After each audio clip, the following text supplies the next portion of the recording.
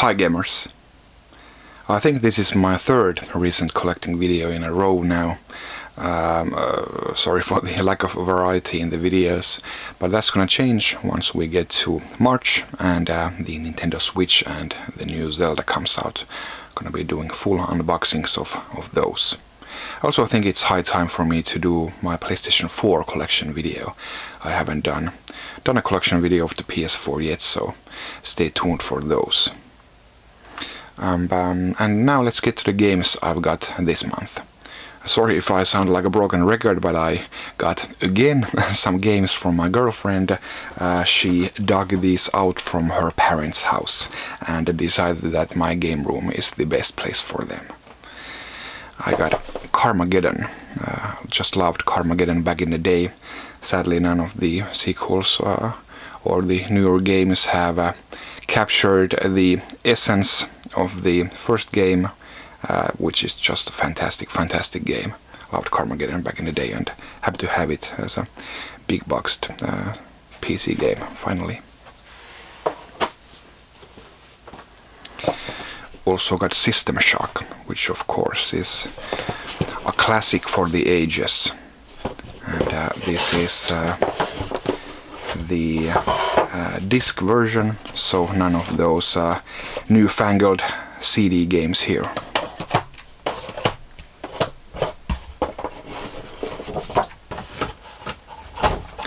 And finally a third big boxed PC game. We got Sierra's Manhunter New York. And this I gotta open up as well, because there's just so much stuff inside here. I can't believe it. And you know, these are the regular editions of old. You got the game both on you know, floppy disk and regular disk. And you got all sorts of warranty cards and reference cards and quick reference cards and official field guide. And you got a map of New York here and some other maps as well. A pamphlet here for Sierra's other games. And this is a good read by itself. And also here's this Finnish guide. I'm not sure if this was written by, you know, some guy here in Finland who owned the game and put it inside this box, or was this some kind of you know, the company that brought that distributed the game here in Finland made this guide here. I'm not sure about that. But still, pretty cool addition to this this game to have a Finnish guide like this. Good stuff.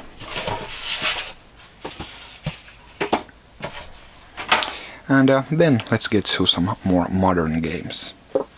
First, I got one Amiibo. It's of course Poochie. I didn't want to do a video for a single Amiibo, so here he is, and looks really great. I love the expression here. I think one of the better looking Amiibos so far. Really cute. And of course I got the matching game for it, Yoshi's Woolly World, Poochie and Yoshi's Woolly World, which is a slightly revamped version of the Wii U original. Great game.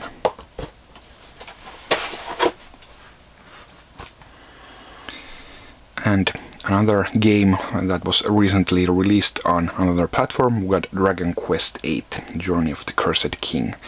Of course, this was previously released on the PlayStation 2. Fun fact, the PlayStation 2 game was just called Dragon Quest Journey of the Cursed King in Europe, because that was the first Dragon Quest game that Europe ever got. So we waited for a long time.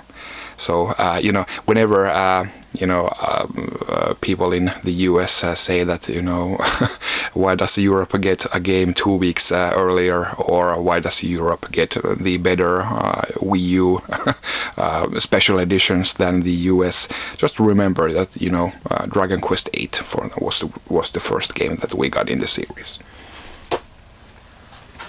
And 2 older 3DS games that I was just missing from my collection, and happy to add them here. I got Nintendogs plus Cats, the French Bulldog version, and Chibi Robo Ziplash. And then 2 additions to my Dreamcast collection. I got Sega Extreme Sports and Star Lancer. And finally we get to PlayStation 4 games. I got Mirror's Edge Catalyst. Loved the first game, and eager to give this one a try as well. And then I got Overcooked Gourmet Edition. It's really cool that they do physical editions of these little downloadable games. But Overcooked, it's a great game. You mark my words. It's one of the best couch co-op or couch competitive games there is. Really great with 3 friends. Don't let it fool you that it's a cutesy game. It's really a die-hard game, and you have to put every ounce of your concentration to it if you want to win the other team. Really great, really great stuff. And of course I also got Resident Evil 7 Biohazard. This was, I don't think nobody expected for this game to be so good. It's basically, I played every Resident Evil from start to finish, except number 6. It just veered too far from the Resident Evil formula, although number 5 was just a pure action game as well. Number 4 hit the nail on the head when it comes to mixing action, revamping the series while still having some horror elements to it, which 5 and 6 basically did away with. But Resident Evil 7, it's a true return to form for Resident Evil. It's everything that made the original games great. The mansion setting, of course, but the true survival horror that you're low on healing items, low on ammo. You really have to conserve your ammo and think ahead. It has save rooms with save room music. It even has the clunky controls that that make you. It just works for a survival horror game when you're not that agile.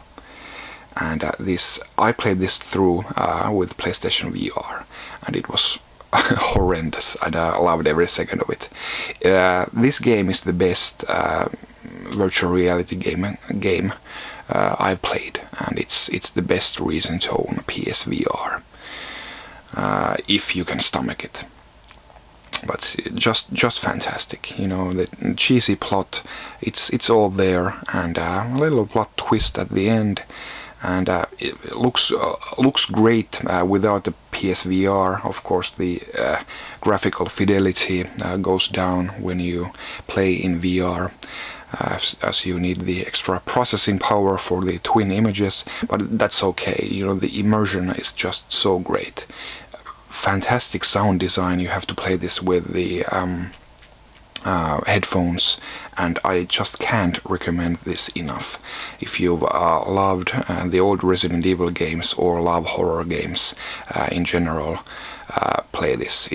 And even if you don't like horror games, it's still a pretty intense action game, even if you want to look at it like that.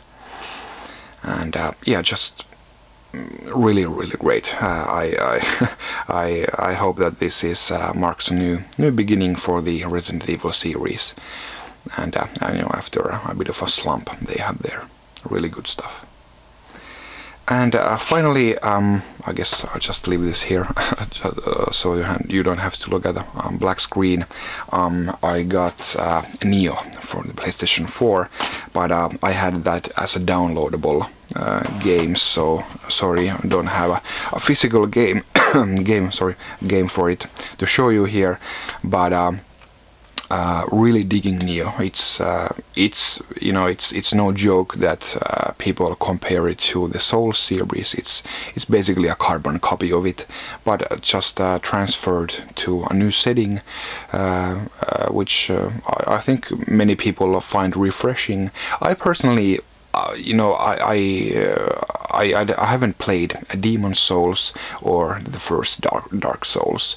I've played Dark Souls 2 and 3 and Bloodborne, so I'm not that fed up with the Souls series yet, as I guess some people have a bit of a Souls fatigue, and Nioh is perfect for those people. I, you know, wouldn't have mind like Bloodborne 2. Hopefully that comes still, but Nioh, it's still a great game, and really surprising that you know, another company than From Software has managed to bring something new to the formula here.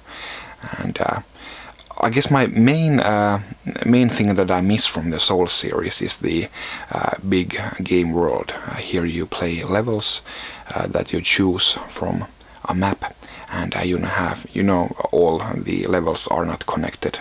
That's one of my favorite things in the Souls series.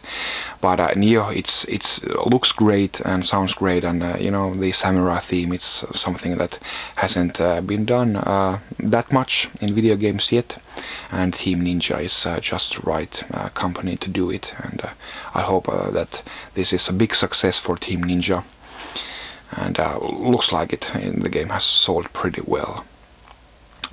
Really hard bosses, especially.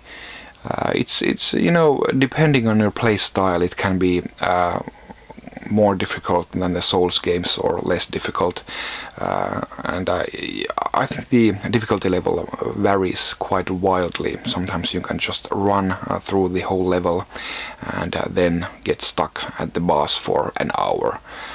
So it's a bit of a hit and miss difficulty wise, but it's all good, you know. I love the grind.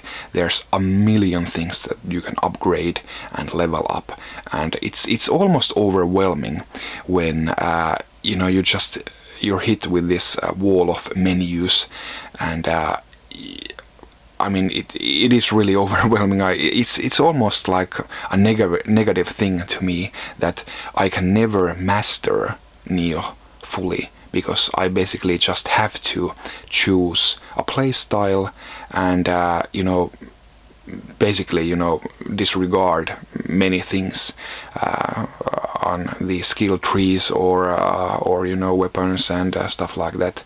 And you know, and I guess, you know, many of the things that the blacksmith offers you are not needed, because some of the things are better or more useful than the others. So there's a bit of that in the menus as well. So not everything there is needed. So I guess it could have used a bit of a trimming down of the features there.